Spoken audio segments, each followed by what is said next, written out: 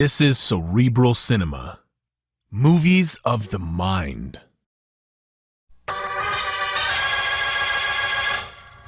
Stand by for crime.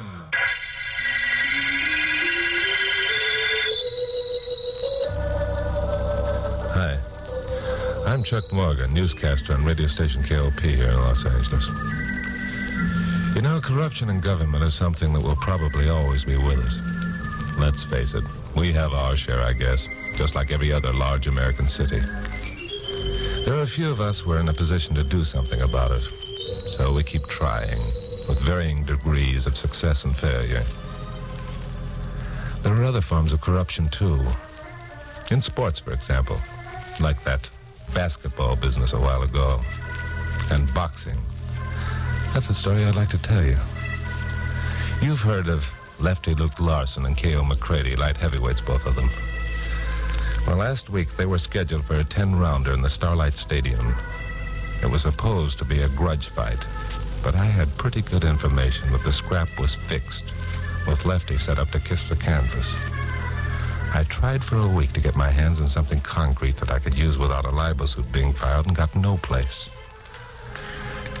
Well, on the night of the fight, I got back to my office just before a 7 o'clock broadcast and found my blonde secretary, Carol Curtis, knocking herself out over something she'd been reading. All right. What have you been doing? Reading the Los Angeles weather reports or something? Oh, hi, Chuck. Honestly, this is the funniest thing I've ever read. Yeah, some of your own dialogue, I'll bet. No. Look, this letter was addressed to the question and answer department and got to our mail by mistake. Yeah, who's it from? Oh, that's unimportant. Listen, dear sir, I have a small ranch in the San Fernando Valley. For several months, I have been troubled by my neighbor's chickens wandering into my backyard and laying their eggs in my garden. This morning, there wasn't a single solitary egg there, and I want to know what I can do about it. Well, don't you think it's funny? Yeah, I'm dying. Now, look. Well, you don't get it, Chucky boy. This woman says she's being troubled. Get that troubled by these hens laying their eggs in her yard and now... Yes, I get it. Now she's mad because they've stopped. Oh, you do get it? Some people's sense of humor. Did the ducats come in? What ducats? The ducats to tonight's fights, of course. Oh, yes, they're here. And you don't have to bite my head off.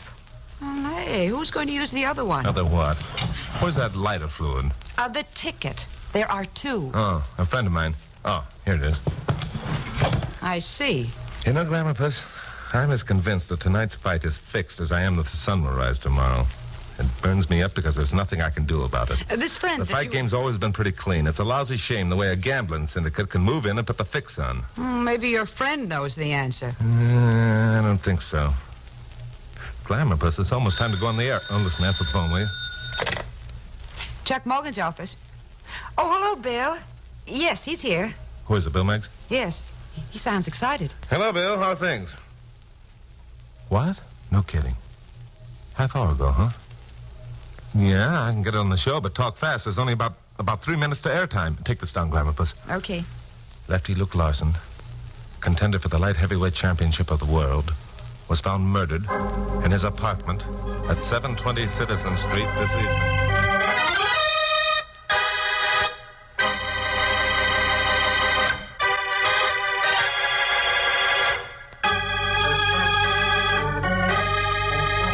Well, I gave the local fight fans quite a shock with the story of Lefty Larson's murder in my 7 o'clock broadcast. But that was nothing to what was coming. At 7:15, I left the studio and drove out to 720 Citizen Street. It was a small apartment house located up against the hills in the Las Feliz district. 2 cops were keeping a crowd of curious people moving. Both of them I knew, so they let me inside. Larson's apartment was on the ground floor rear. Tom Brady, the medical examiner, was just leaving as I entered. Bill Meggs was inside, another cop, and a red-headed girl. She was sitting in a corner, staring dazedly at the floor. Her eyes were red, and it was obvious that she'd been crying. How's it look, Bill? Not good, Chuck. The guy was murdered, all right. Tom says it was most likely cyanide poisoning, although he can't tell for sure until he performs an autopsy. You got a cold, Bill? Yeah, I'm just getting over it. Oh, that's too bad. What makes you so sure it was murder? It had to be. Come over here. All right. See that damp ring on this bedside table? Yeah, a glass containing some sort of liquid must have been there not long ago. That's right. Well, the glass is missing. If Lefty had committed suicide, it'd still be there. Unless someone else took it away. It isn't very likely that someone would come in and take that glass away with Lefty's dead body lying there in the bed without doing something about it. Unless it was the murderer himself. Unless it was the murderer himself. Which, of course, it was. I figure's all right. What's your idea what happened, Bill? Well, we've checked around and learned that Larson left Mosley's gym around 4:30. He said he's going home to pick up his good luck piece and maybe lie down for an hour or so before the fight. Which I guess is what he did. I figure he poured himself a glass of milk, sat on the edge of the bed, drank it, and then lay down. Yeah. Well, couldn't he have carried the glass back to the kitchen? Well, he could have. But he wouldn't have had time to wash it and put it away. Not with that poison in him. Yeah, right. And he was found right here on the bed. Who found him? That girl over there. Her name's Lil Framingham. They were engaged. She says she called him here on the phone about 5:15. Told him she'd pick him up and drive him to the stadium at 6:30. When she got here, she found him dead. I see. What was the good luck piece you mentioned a minute ago? Set of rattles from a rattlesnake. We found them in his pocket. By the way, Chuck, I'd appreciate your giving me a hand in this. You know, I never was much of a fight fan. Don't know many of the people mixed up in it. You have to in your work. Yeah, sure. I'll be glad to do anything I can. I don't suppose you came up with any fingerprints? No, everything wiped clean. Another one of those, huh? You mind if I talk to the girl? If she'll talk. She's pretty upset. Thanks. Hello, Lil. I loved him. We were going to be married. I loved him. Yeah, I know. It's a tough break. But now we've got to see if we can't find the man who did this thing. Can you think of anyone who might have wanted Lefty out of the way, Lil? I loved him. We were going to be married. Did he have any enemies? Anyone who hated him? Hate? Yeah. Anyone hate Lefty? Nobody hated Lefty. He was the swellest guy who ever lived. I loved him. Okay, Lil. I'll ask Lieutenant Meggs to have someone take you home. We can talk again later. Well, how'd you make out? She's in a bad state of shock, Bill. You better get her home. I intend to. Only kept her here this long so you could talk to her. Thanks. You, sometimes have a way with females. Sometimes. By the way, where's Carol? She's back at the studio, sweating over typewriter. Didn't want to come, huh? Yeah, she wanted to. But I have to throw my weight around once in a while and show her who's boss. Ha! What do you mean? Ha! Nothing. Only kidding. Well, you got any ideas? Yeah, one or two. I'll tell you what. I'll take a run down to Mosley's now. I'll talk to some of the boys. Let you know if I pick up anything.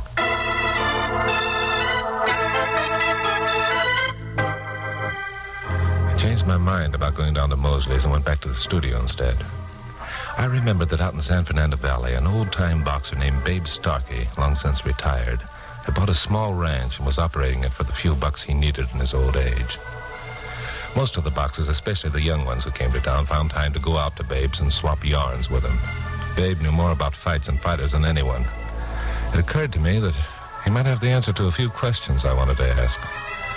So the next morning, I picked up Carol around 9 o'clock, and we headed over Coenga Pass into the valley.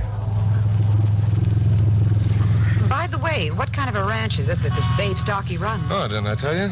No. It's a snake ranch. A what? A snake ranch. Didn't you ever hear of a snake ranch? Oh, I've heard of every other kind out here in Southern California. Orange ranches and chicken ranches and cucumber ranches and avocado ranches.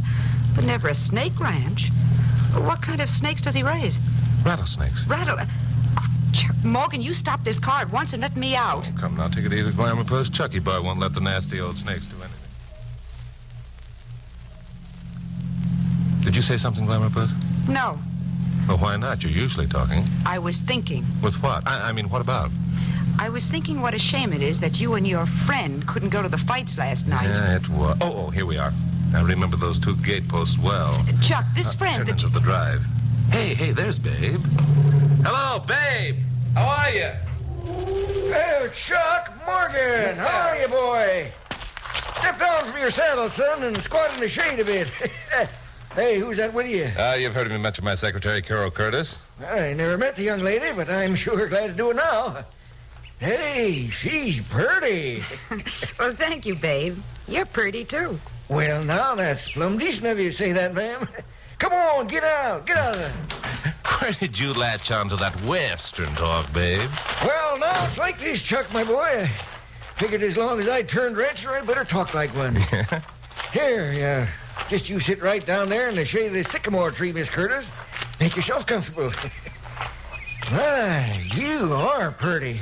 Well, thank you again. How's the rattlesnake business, babe? Well, it's like this.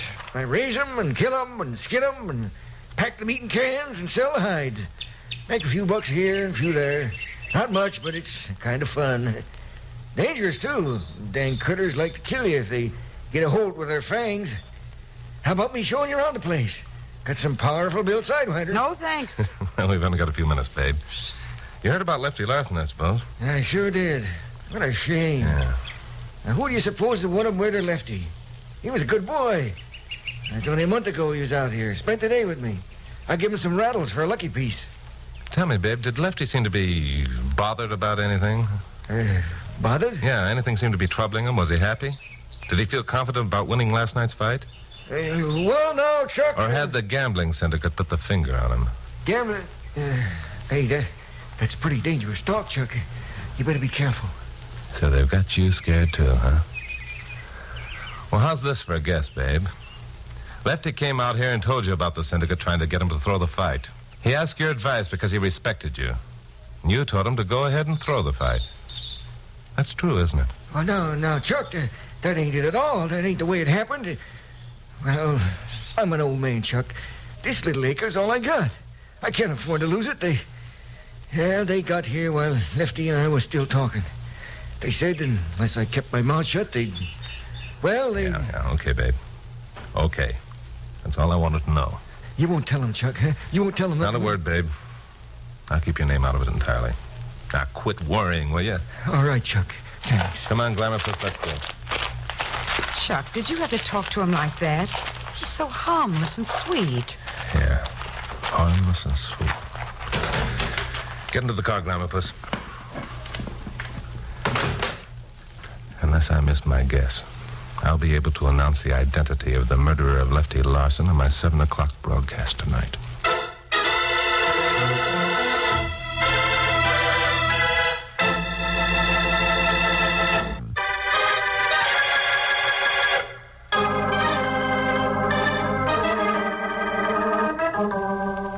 By the time I got back to the studio, I'd begun to wonder if I hadn't been a bit hasty in making the 7 o'clock broadcast a deadline.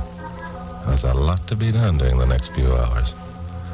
But first, I wanted to have a talk with my boss, Pappy Mansfield, owner of KOP. Pappy listened patiently while I explained what I had in mind. It's a good idea, Chuck, and it might work, but you can't do it. Good for you, Pappy. That's exactly what I told him. If he thinks he can... Glamour-puss, What? drop dead. What do you mean I can't do it, Pappy? If my guess is right, we'll have one of the biggest stories of the year. Yes, and if your guess isn't correct, I'll be minus one good newscaster. Nope, not a chance. All right, Pappy, I'll make a deal with you. It's now 2 o'clock. I'll start from Mike Mosley's gym right now. If I'm not back by 4, you get hold of Bill Meggs and come looking for me. Well, why don't we get hold of Bill Meggs right now and go down there with you? For obvious reasons. Name 3. How about it, Pappy? Well, I don't know. Good, it's a deal. You stay here, Glamour-puss, and wait for the phone to ring. When it does, it'll be me with the solution to the mystery of the boxing champ murder.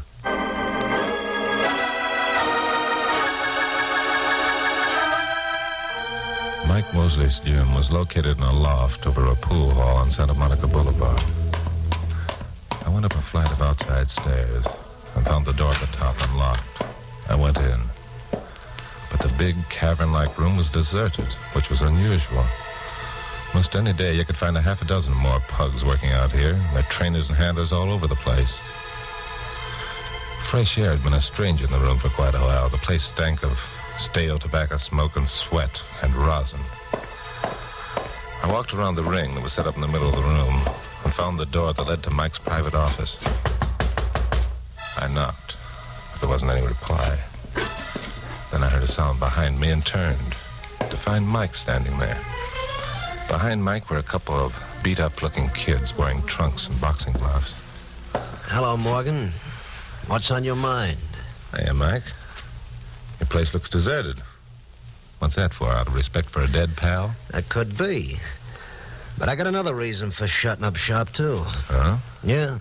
I've been expecting a visitor. Yeah? Who's that? You. No kidding. Now, why would you be expecting me, Mike? Well, you got a habit of getting ideas, Morgan, and there's some of us in the fight game that don't like them. Such as the fact that you've let the gambling syndicate move into L.A., and you bought yourself a couple of new cars and a place at Malibu within the past 6 months? Ideas like that, Mike? Yeah, ideas like that. Ideas that you can't prove and never will be able to. So why don't you get an idea to talk about the Iowa State picnic on your show tonight? Be a cleaner story than the one I'm going to broadcast. Yeah? Oh, while you're here, Morgan, I want to introduce you to a couple of new boys I'm bringing along. Buck, come over here. Buck, this here's Mr. Chuck Morgan. He's a newscaster on one of the big radio stations in town. Yeah. Hey. Yeah, he's a lot of other things, too, but I'm too polite to mention them. Now, Buck, I want you to show Mr. Morgan that right hook you was practicing yesterday. Hey, Slim, you stand over there. When I give the word, you demonstrate that left jab of yours. These are things Mr. Morgan likes to know about. Okay, Buck, let him have it. Now, just a minute. All right, hit him, Slim. Give it to him, boys. Maybe Mr. Morgan won't be so snoopy from now on. Give it to him. Don't let him fall down. Keep him on his feet. Atta boy, Buck. Once more, Slim.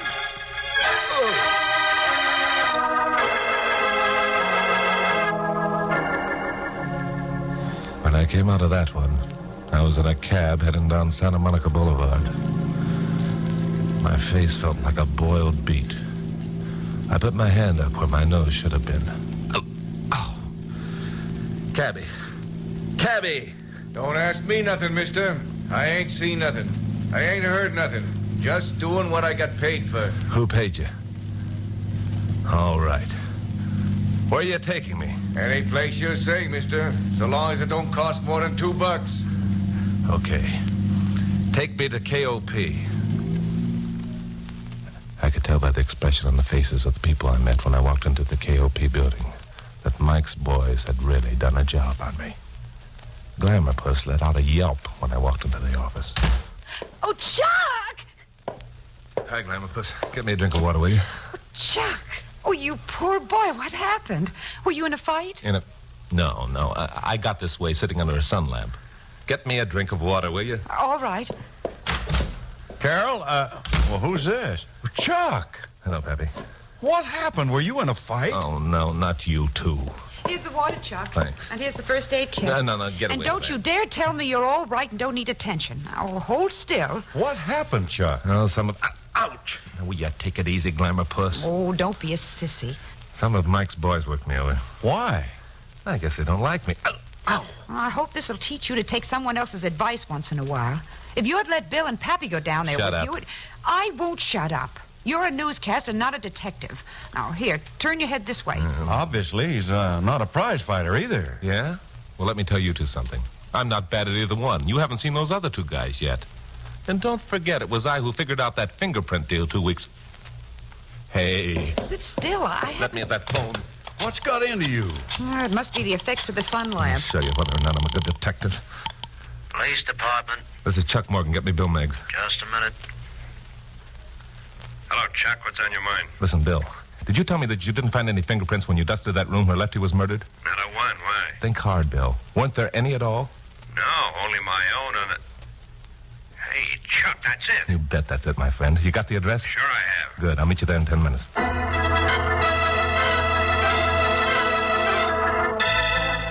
I got out of there fast, ignoring the protests of Carol and Pappy, and 10 minutes later, I was pulling up in front of an apartment house on North Hobart. Bill Meggs was waiting for me in the doorway. Oh, what the heck happened to you? You been in a fight? Yeah. I've been in a fight. Come on, let's go. The mailboxes gave us the number of the apartment we were looking for. It was on the second floor. We went up a flight of carpeted stairs and knocked on the door of 2A. Try it again. Yeah. Hello, Lil. Mind if we come in?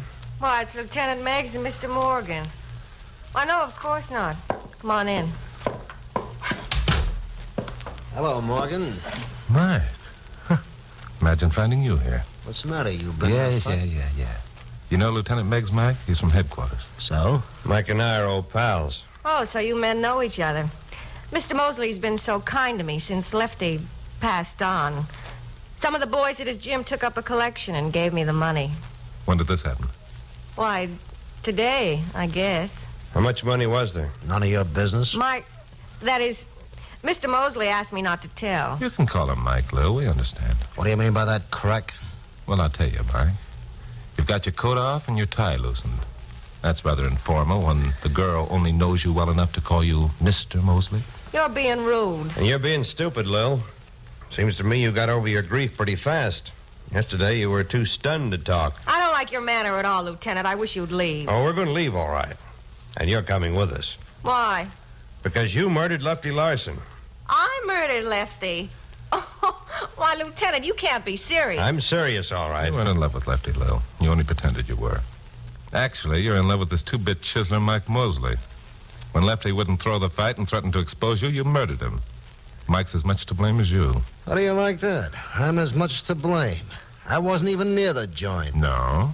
All you did was provide Lou with the poison and tell her what to do. Well, now, ain't that something? You can prove it, I suppose. We won't have to prove it.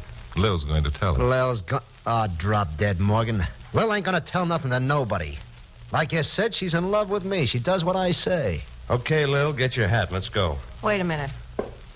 Mike, are you going to let me take the rap for this? Oh, don't worry, kid. I'll get you out of it. You going to let them take me out of here without doing nothing to stop them? Take it easy, kid. Ain't I told you Why, I'd you get you out cheap, of it? two-timing jerk. You're in this as much as I am. It was you. Shut up. I won't. You gave me the poison. Shut up, I said up. All right, Mosley, that does it. Keep your hands off me, cop.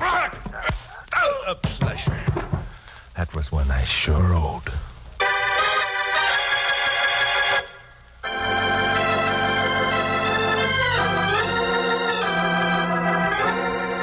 Well, that settled that one. Lou gave a full confession, which of course implicated Mike Mosley. We guessed pretty accurately as to how the thing had been worked out. It was just another one of those cases in which a murderer thought he'd covered his trail enough to be very sure of himself. Will they ever learn? Of course, I had a lot of explaining to do to a certain blonde secretary and a gentleman named Pappy Mansfield. Okay, genius. Gather round, Pappy. This is the moment that Chucky boy likes. The ham. Glamour Puss, you're just sore because you didn't figure this one out yourself, aren't you? All right. Now, if you two have exchanged the usual number of insults to assure each other that you're really in love, suppose you give it to us, Chuck. Sure, Pappy. It was really quite simple. Oh, you modest man, you. Go ahead and brag. For the moment, Glamour Puss, I'm going to ignore you and talk to Pappy. It was like this, Pappy. Lil said she called Lefty at his apartment and talked to him on the phone an hour before he was murdered. Yet Bill Meggs couldn't find any fingerprints except his own, which were on the phone. My guy. Lil had wiped everything clean of fingerprints, including the telephone. But Bill used the phone when he got there. Uh-huh. So both Bill's and Lefty's should have been on that receiver. Oh, my. And to think our Chucky figured it all out by himself. Oh, say, Pappy, Yeah, Chuck? those tickets I had for the Larson-McCready fight, they're sending me 2 others for the Aragon bout next week, so we won't miss out entirely. Oh, good. Chuck, Hmm? was Pappy the friend who was going to use the other ticket? Sure, didn't I tell you? No, you didn't. No, I'm sorry. Chuck Morgan, I think you're dreadful. Why? You knew I thought you were going to take some other woman, and you let me think so. Glamour Puss, What? you're purty. Oh, Chuck, I think you're pretty, too.